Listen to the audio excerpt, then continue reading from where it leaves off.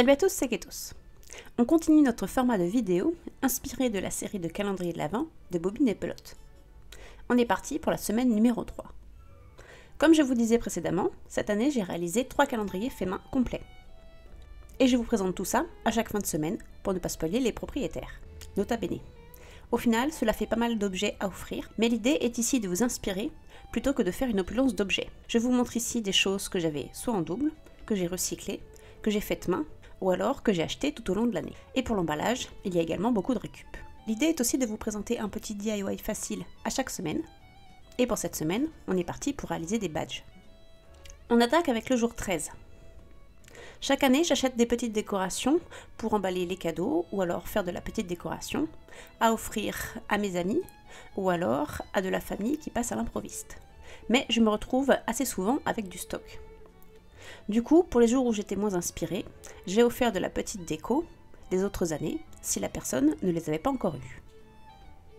Du coup, 2 petites pancartes en bois pour décorer le sapin ou mettre en décoration sont parties ce jour.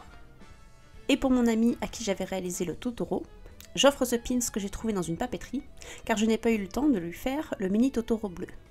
Pour le jour 14, j'offre une petite BD que j'ai en double, un marque-page réalisé par Valérie sur chat, dont j'aime beaucoup les illustrations, et la dernière aura de nouveau des crayons Faber-Castell. Pour le jour 15, un basique mais très réconfortant, une sucette au sirop d'érable.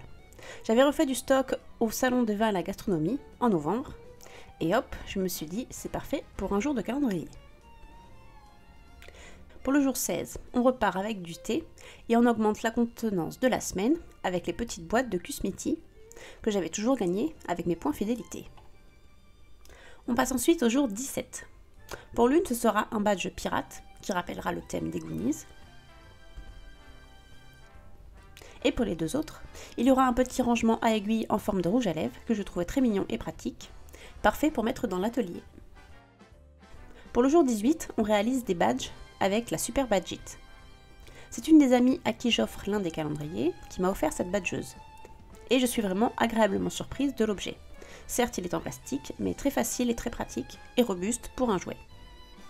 Du coup, j'ai voulu faire des badges personnalisés à chacune. Et pour ne pas utiliser les stickers fournis, mais des images qui me plaisent, voici la marche à suivre. Avant de sortir la badgeuse, préparons nos images. Je fais une petite sélection sur le web. Je ne vais pas vous apprendre à utiliser Google Images, mais je peux quand même vous donner une petite astuce. Si vous souhaitez utiliser des images libres de droit, il faut alors cliquer sur Outils et cocher la licence Creative Commons. Ainsi, vous n'aurez pas de souci de droit d'auteur. Vous pouvez également utiliser les sites pexel.com ou alors Pixabay. Je vous mets les liens dans la description. Pour mes calendriers de l'Avent, j'avais des images précises que je souhaitais utiliser. Je vais donc utiliser des licences libres et d'autres non.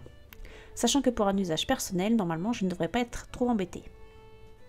Il me reste des badges de 3 mm. Du coup, je sors le kit blanc, sachant que le bleu est pour des badges de 5 mm et le violet pour les badges rectangulaires. Je mesure les contours du gabarit. Le contour du carré fait 6 cm et le cercle 3.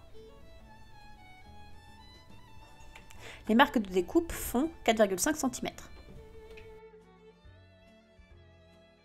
Je vais donc utiliser PowerPoint pour travailler mes images. Si vous souhaitez réutiliser cette base, je vous mets le fichier dans mon Google Drive dont le lien est en description. Dans PowerPoint, je vérifie que mon fichier est bien en format A4, 21-29-7, pour ne pas avoir de soucis à l'impression. Puis j'insère une forme, je crée un carré de 6 cm, dans lequel je centre un cercle de 3 cm et un autre cercle non rempli de 4,5 cm pour avoir un peu de marge pour la découpe. Et voilà, le gabarit est fini. Pour le remplir, il y a 2 façons de faire. Si la base de votre image est ronde, vous pouvez cliquer sur le rond et ensuite aller dans Format, Remplissage et cliquer sur Image, puis choisir votre fichier. L'image sera alors centrée sans être déformée. Par contre, si votre base d'image est rectangulaire, je vous propose la solution suivante. N'importe où dans votre fichier, insérez votre image, sélectionnez-la et passez-la en arrière-plan. Vous pouvez maintenant la redimensionner pour qu'elle rentre dans le cercle. Nota bene, si elle dépasse jusqu'au cercle de découpe, c'est encore mieux. Et voilà, quand nos images sont prêtes, il n'y a plus qu'à lancer l'impression. On passe ensuite au découpage. Commencez par découper les carrés. Ensuite, on repositionne le gabarit blanc sur notre image. Et si besoin, on retrace les traits de découpe. On peut maintenant découper notre cercle. Tout est donc prêt maintenant pour utiliser la badgeuse. Elle est vraiment très facile d'utilisation. Insérez le bloc blanc dans la machine.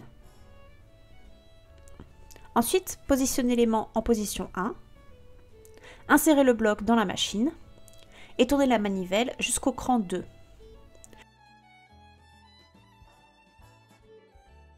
Nous allons ainsi verrouiller l'aimant dans la machine. Étape 1. Placez le bloc position 1 devant vous et y insérez la partie supérieure du badge, puis l'image. Si jamais elle ne s'insère pas totalement dans la fente, n'hésitez pas à recouper un petit peu. Puis insérez le film plastique fourni. Insérez le tout dans la machine et tournez la manivelle jusqu'au cran 2. On entend alors un clic.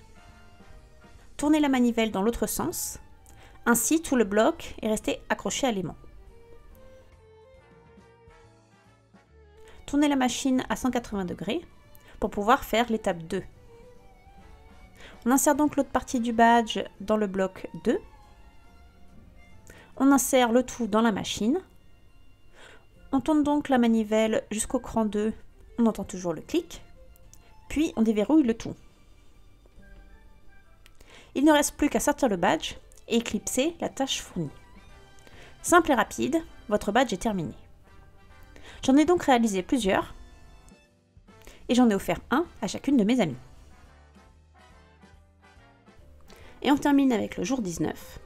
J'offre à l'une une petite pochette renard, à l'autre des chutes de tissu qu'une de mes amies m'avait offert et qu'au final dont je ne ferai rien, car vous savez la machine à coudre et moi c'est pas vraiment ça. Et pour la dernière, qui n'avait pas eu son kit de cadeau 2020, elle a le droit à sa petite pochette à masque. Voilà pour les cadeaux de la semaine. On se retrouve dimanche prochain pour la semaine numéro 4. Le mois de décembre est vraiment passé très vite.